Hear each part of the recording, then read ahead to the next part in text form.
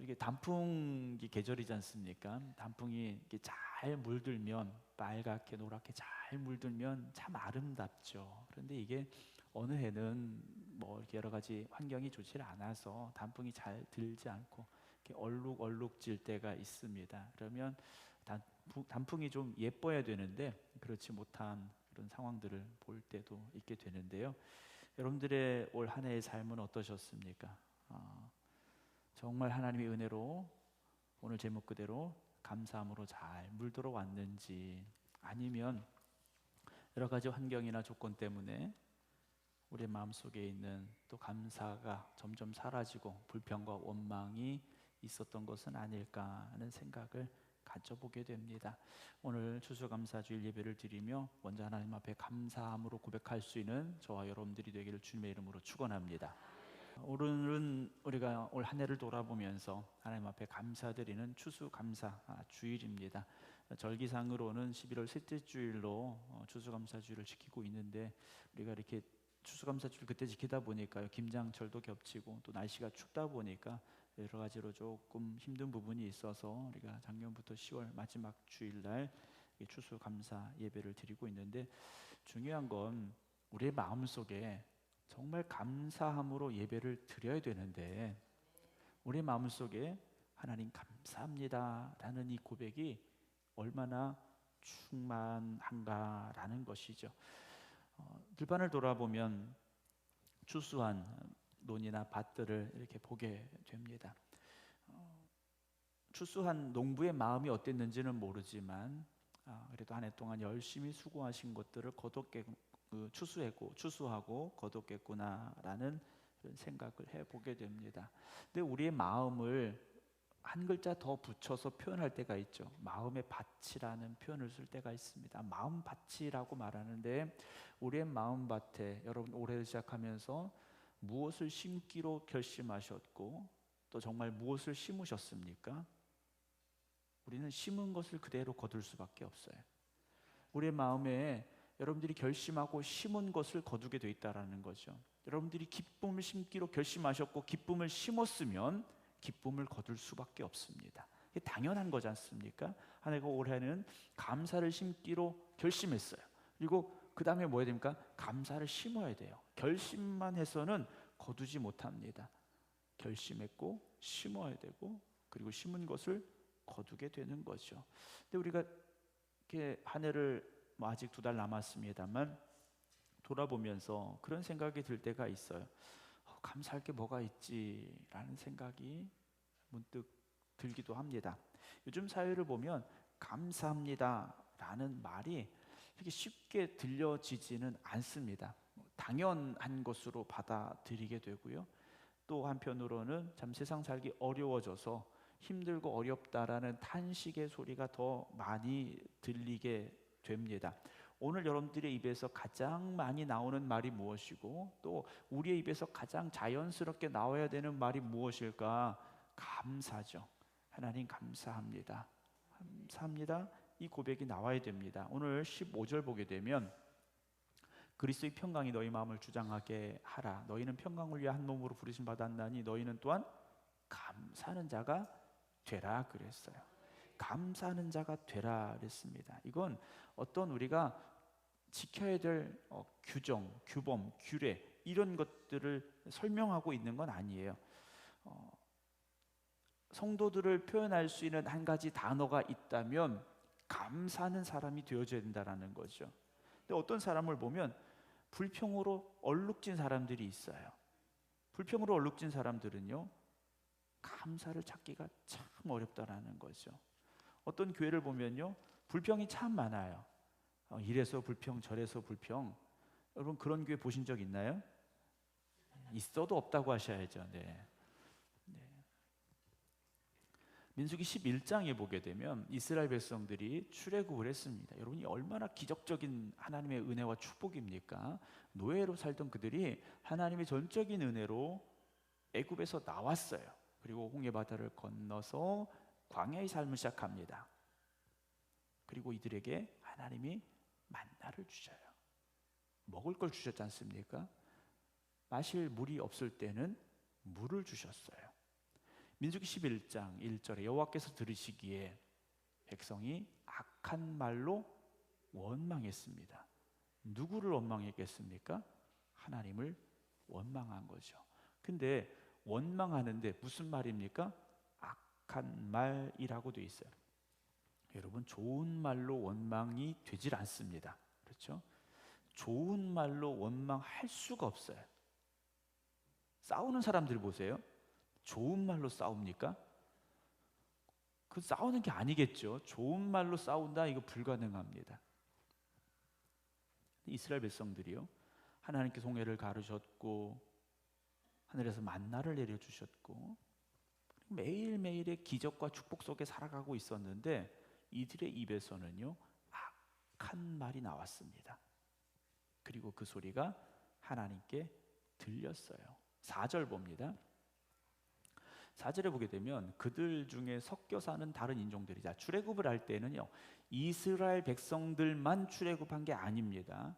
함께 노예로 살던 이들 중에 다수가 이스라엘 백성들과 함께 출애굽을 했어요. 자, 그들도 똑같은 하나님의 은혜를 받은 사람들이지 않습니까? 그들도 똑같이 홍해를 건넌 거예요. 이스라엘 백성들이 하나님께서 홍해를 가르시고 마른 땅을 건너게 하실 때 그들은 열심히 수영해서 건넌 거 아니지 않습니까? 똑같이 그 길로 갔어요. 그리고 하나님이 아침에 만나를 주실 때 그들은요 땀 흘려 수고하고 얻은 곡식을 가지고 아침 먹은 게 아닙니다. 똑같이 만나를 먹었어요. 그런데 이들이 어떤 마음이 들었습니까? 탐욕을 품었다 그랬어요. 탐욕이란 지금 나에게 주어진 상황에 만족하고 감사하지 않고 그 이상의 것들을 원하기 시작할 때 우리 안에 들어오는 게 탐욕입니다. 이들이 탐욕을 품었어요. 그런데 이게 어떻게 됩니까?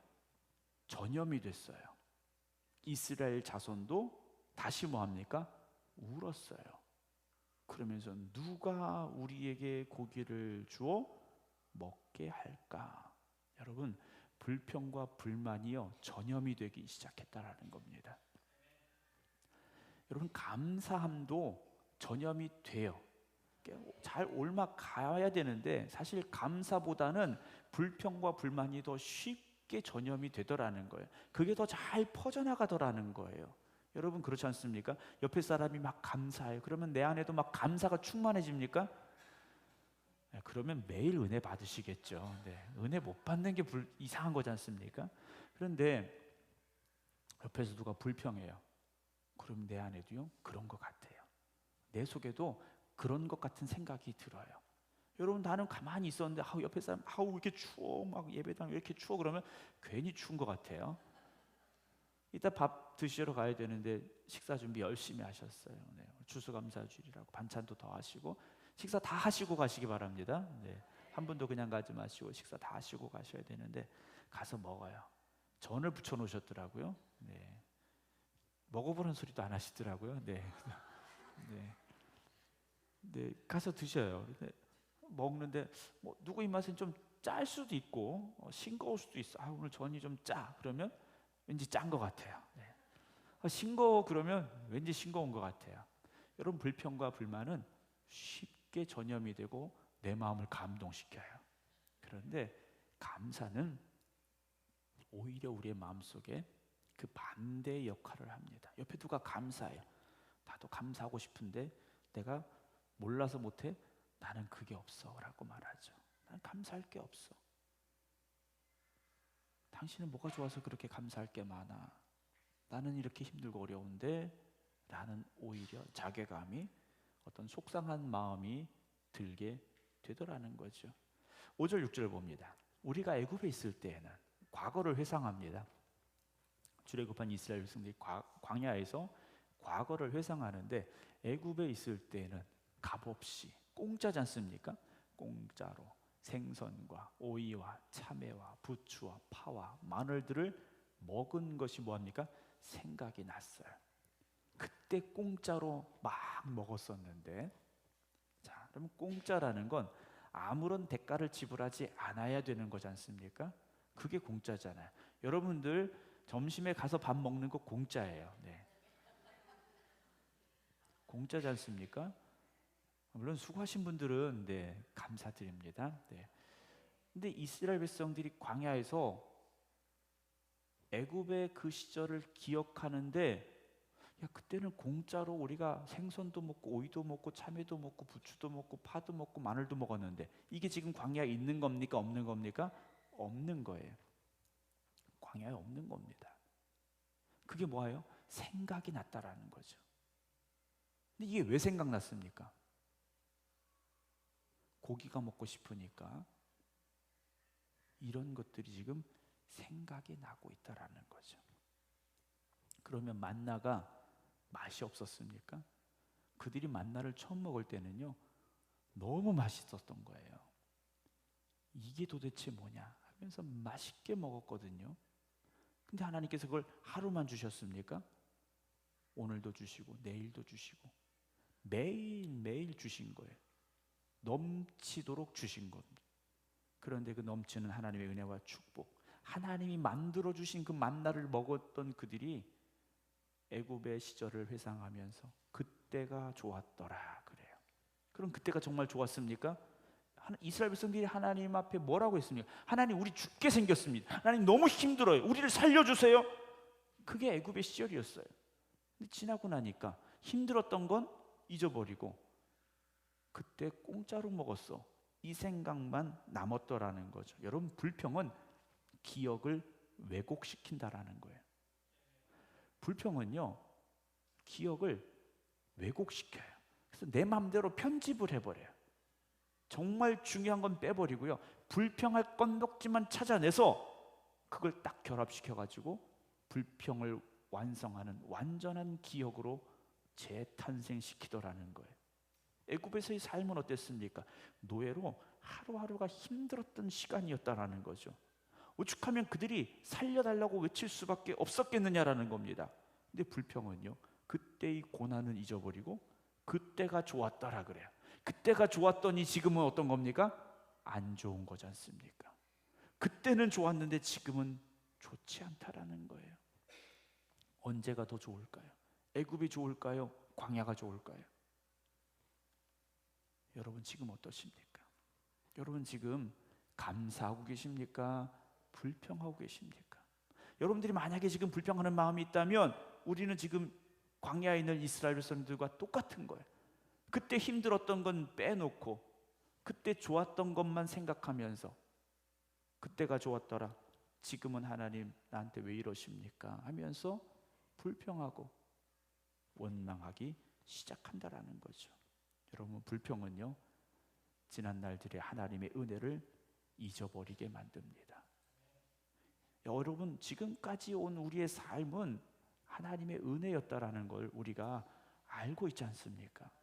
여러분, 제가 이렇게 쭉 보니까 하나님의 은혜 없이는 여기까지 올 수 없었어요. 네. 저도 그렇고요. 그런데 그건 잊어버리고 그때 좋았던 것과 지금 나쁜 것을 비교하면서 원망한다라는 거죠. 이스라엘 백성들이요, 하나님을 향하여 악한 말로 원망했다라고 되어 있습니다. 하나님은 불평하는 말을 악한 말이라고 정의하셨어요. 악한 말이라고 정의하신 겁니다. 왜냐하면 그 불평 속에는 하나님이 공급하셨던 모든 것들에 대한 부정이죠. 하나님의 인도하심에 대한 원망이라는 겁니다. 그래서 우리가 매일 먹는 이 만나는 부족해. 이건 고기가 아니야. 야, 생각해 보니까 애굽이 더 좋았어. 하나님이 우리를 구원하여서 광야로 데려오신 건 하나님의 실패야 라는 생각을 가지게 하죠. 그런 마음들이 우리 안에 들어오면 하나님에 대한 신뢰, 하나님을 향한 믿음이 식어질 수밖에 없습니다. 근데 이 불평은 아까 그 속에 섞여 있는 다른 민족들에서 시작이 됐는데 어떻게 된 겁니까? 이스라엘 민족 전체에게 퍼져나간 거예요. 광야에 있는 모든 사람들에게 순식간에 그 불평이 퍼져나간 겁니다. 근데 이 불평은요, 조용히 퍼져나갔죠. 누가 막 광고하고 다닌 거 아니에요. 야, 오늘부터 우리가 불평하자, 오늘부터는 하나님 앞에 불평하고 원망하자, 이런 게 아니에요. 누가 하나 불평하기 시작했더니 그 불평이 옆집 사람에게 퍼져갔고 퍼져갔다라는 거죠. 누군가는 이것을 불평의 바이러스라는 표현을 쓰기도 하더라고요. 근데 이 불평의 결과가 무엇입니까? 하나님이 진노하셨더라는 거예요. 진노하신 거지 않습니까? 아까 11장 1절 다시 한번 보여줄까요? 하나님이 진노하셨어요. 진노하셨는데 여호와의 불을 그들 중에 붙여서 진영 끝을 사르게 하셨다라고 되어 있습니다. 여러분, 감사하는 곳에는 찬양이 시작이 될 수밖에 없어요. 감사하는 곳에는요, 찬양이 뜨거워질 수밖에 없어요. 그러나 불평 있는 곳에는요, 영적인 온도가 점점 떨어져 가게 돼 있습니다. 영적인 온도가 뚝뚝 떨어지는 거예요. 내일 한파주의보가 예고되어 있는데 여러분, 그런 교회 가시면 얼어 죽습니다. 여러분, 은혜 없는 교회 가면요, 여러분 얼어 죽어요. 영적으로 마비되기 시작한다라는 거예요. 내 안에 있던 감사의 세포들이요 점점 마비되기 시작하는 겁니다. 그럼 나도 모르게 불평하는 거예요. 여러분, 우리 교회가 하나님의 은혜로 충만하여지고 날마다 그 감사가 넘쳐나는 교회 되기를 주님의 이름으로 축원합니다. 감사가 있는 교회는요, 은혜가 있는 교회는요, 기도가 뜨겁고 찬양이 뜨겁고요, 예배가 뜨겁습니다. 아 뜨거워, 아 뜨거워. 네, 옛날에 그런 애들이 부른 찬양이 있었는데, 네. 우리가 하는 말 한마디가 은혜의 말이 되기를 주님의 이름으로 축원합니다. 내 말에서 나도 모르게 불평이 나오면 그게 전염이 되고요, 또는 그 사람의 마음을 아프게 할 수도 있고요. 그것이 반복되다 보면 교회는요, 성령님께서 역사하실 수가 없습니다. 오늘도 우리는 매일매일 하나님의 기적 가운데 살아가고 있는 겁니다. 눈에 보이게 홍해가 갈라지는 건 아니지만, 지금 우리 앞에 풍성하게 만나가 쏟아지는 건 아니지만, 지금 우리 앞에서 반석이 갈라지고 물이 쏟아지는 건 아니지만, 하나님은 우리의 삶에 깊이 개입하시고 역사하시고 매일매일의 만나를 주시고 은혜를 주심을 믿으시기 바랍니다. 그걸 잊어버리면 불평이 되게 되죠. 불평은 나로 끝나는 게 아닙니다. 내 주변 사람들을 전염시키고 교회를 흔드는 결과를 가져올 수 있다라는 거죠. 자, 오늘 12절 말씀 다시 보겠습니다. 그러므로 너희는 하나님이 택하사. 자, 여러분, 오늘 저와 여러분들은 하나님이 어떻게 하신 겁니까? 택하신 거예요. 하나님이 택하시는 겁니다. 오늘 앞에 이렇게 장식을 쭉 하셨어요. 네, 많이 있네요. 네. 이렇게 보면 제가 딱 봐도 좋은 건 위에 있을 것 같아요. 네, 그렇죠? 크고 좋은 건 위에 있을 것 같아요. 하나님께서는요, 여러분들을 그렇게 택하셨습니다. 그리고 여기 불러주신 거예요. 하나님께서 가장 사랑스럽게 여러분들을 보셨기 때문에, 하나님께서 가장 여러분들을 아름답게 보셨기 때문에 이곳에서 하나님 앞에 예배드리는 예배자로 택하신 겁니다. 그렇다면 거룩하고 사랑받는 자처럼, 자, 여러분들은요 그렇게 생각하셔야 돼요. 나는 하나님 앞에 거룩하고 뭐하는 사람입니까? 사랑받는 사람이에요. 그게 아닌 것 같아도 사랑받는 사람처럼, 네, 우리가 그렇게 생각하셔야 돼요. 사랑받는 사람처럼. 그러면 그 다음에 뭐가 나옵니까? 긍휼과 자비와 겸손과 온유와 오래 참음을 뭐 해야 된다고요? 옷 입어라 그랬습니다. 여러분, 긍휼과 자비와 겸손과 온유와 오래 참음, 우리 안에 없는 겁니다. 우리 안에 있기 힘든 거예요.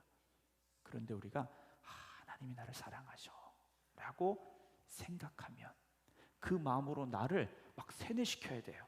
그러면 긍휼과 자비와 겸손과 온유와 오래 참음을요 옷 입게 됩니다.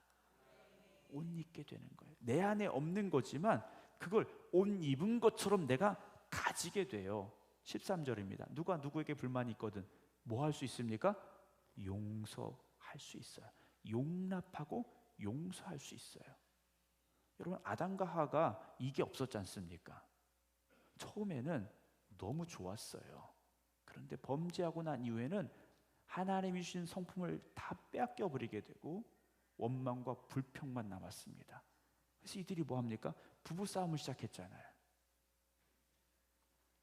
인정을 안 하시는데, 뭐 부부 싸움이 뭔지 모르시는 게 당연할 텐데, 그런데 용납하고 용서하게 돼 있어요. 왜 그러냐면 주께서 너희를 용서하신 것 같이 우리가 그 하나님의 은혜가 십자가의 사랑이 깨달아졌기 때문에 그럴 수 있는 거죠. 14절. 자, 그러면서 이 모든 것 위에 사랑을 더하라 그랬습니다. 모든 것 위에 사랑을 더하라. 즉 사랑으로 덮으라는 거죠. 여러분, 하나님의 사랑으로 우리가 살아가고 있지 않습니까? 여러분, 그 사랑으로 여러분들이 살아가셔야 돼요. 이것이 온전하게 매는 띠가 되기 때문이라는 거죠. 그래서 교회는요, 사랑의 공동체가 되어져야 됩니다. 어제도 맞아야 하시면서 며칠 동안 또 많이 준비하시고 어제도 참 수고 많이 하셨는데요. 여러분, 인간적인 생각을 가지면 어제 뭐 다 좋을 수는 없었겠죠. 다 좋을 수는 없었을 거예요. 그런데 왜 우리가 하나됨을 가질 수 있느냐? 사랑으로 더했기 때문에.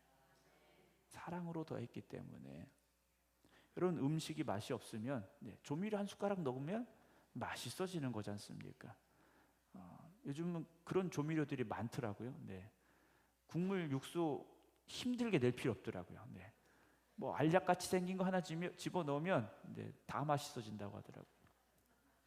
여러분, 아무리 우리가 불평할 게 많고 속상한 게 많아도 사랑이 더해지면 아무것도요 문제가 더 이상 되지 않습니다.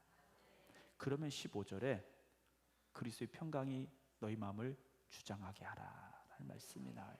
사랑이 있는 곳에는 평강이 있을 수밖에 없습니다. 평안하게 돼 있죠. 너희는 평강을 위해 한 몸으로 부르심을 받았나니 너희는 또한 그래서 뭐 하는 자가 되었는가? 감사하는 자가 되어져야 됩니다. 감사는 우리를 통하여 그리스도의 향기를 세상에 전하게 만드는 가장 귀한 요소라고 저는 생각을 합니다. 예수 믿는 사람들이, 교회 다니는 사람들이 세상에 나가서요, 세상 사람들과 똑같이 불평하면 그리스도의 향기가 전혀 나지 못합니다. 불평하고 원망하는 건 아직 내가 옛사람인 거예요. 내가 거듭나고 변화되어 새 사람이 되면 우리는 감사의 말밖에 나올 수가 없다라는 거죠. 그래서 우리가 이렇게 대화를 나누면서 누가 불평해요. 아직은 옛사람이구나 이렇게 생각하시면 돼요. 누가 감사하고 찬송해요. 이 사람 새 사람이구나 하시면 됩니다. 여러분들을 볼 때 누가 여러분들을 보더라도 우리 생각감리교 모든 성도 여러분들은 새 사람이 되어지시기 바랍니다. 여러분들을 통하여 감사가 넘쳐나고 그리스도의 향기가 충만하기를 주님의 이름으로 축원합니다. 이스라엘 백성들은요 그렇지 못했어요. 원망과 불평을 하니 다툼이 되게 되고요, 분쟁이 되게 되고요, 결국은 하나님 앞에 심판과 진노의 자리에 하나님으로부터 심판과 진노를 받을 수밖에 없는 사람들이 되어졌다라는 것이죠. 16절 봅니다. 그리스도의 말씀이 너희 속에 풍성히 거하여 모든 지혜로 피차 가르치며 권면하고 시와 찬송과 신령한 노래를 부르며 감사하는 마음으로 하나님을 찬양하라 그러셨어요. 여러분, 오늘도 우리가 부르는 이 찬양이 감사의 찬양이 되어져야 하나님께 영광이 되어집니다. 우리가 하는 말들이 감사하는 말들이 되어져야 하나님께 영광이 되는 겁니다. 그래서 우리는 우리의 말과 우리의 행동을 조심하고 정말 하나님이 기뻐 받으시는 말과 행동이 되어져야 되는데 감사가 있으면 되죠. 감사가 있으면 됩니다. 찬양 요즘 CCM 찬양하시는 분들이 상당히 많더라고요. 예전에는 뭐 이렇게 매체를 통해서 드러나지 않아서 몰랐는데 요즘 이제 유튜브로 개인 채널을 운영하시는 또 어떤 단체에서 운영하는 채널들이 상당히 많아요. 그래서 정말 이런 찬양도 있구나 하는 그런 찬양들이 있습니다. 근데 그 찬양들의 공통점은 노래 자랑하는 게 아니라는 거죠. 그럼 그 가사를 한번 이렇게 쭉 묵상을 해보시면 하나님의 은혜에 대한 감사가 다 담겨져 있다라는 거죠. 찬양의 시작은 감사지 않습니까? 감사 없이 할 수 있는 게 아니라는 거예요. 사랑하는 성도 여러분, 여러분들의 앞으로의 삶이 더욱더 그 감사하는 마음으로 하나님을 찬양하는 삶이 되시기를 주님의 이름으로 축원합니다. 하나님의 은혜로 살아왔습니다. 하나님이 함께 하셨기 때문입니다. 고백할 수 있어야 되죠. 그래서 17절 봅니다. 또 무엇을 하든지 말에나 일에나 다 주 예수의 이름으로 하고 그를 힘입어 하나님 아버지께 감사하라 했습니다. 감사하는 사람은요, 현실을 분석하고 파악하는 거기에 집중하는 것이 아니라 지금까지 인도하신 하나님, 지금도 역사하신 하나님, 앞으로 이끌어 가실 하나님을 바라볼 수 있기 때문에 감사하게 돼 있습니다. 근데 우리는 딱 한 장면만 보는데 익숙해져 있다라는 거예요. 지금 내 눈앞에 펼쳐진 그 장면에만 집중하는 거죠. 그러면 감사할 일보다는 불평할 일들이 훨씬 많습니다. 그러나 이 모든 것이 합력하여 선을 이루게 하신 하나님을 믿는다면 우리는 감사할 수 있는 거죠.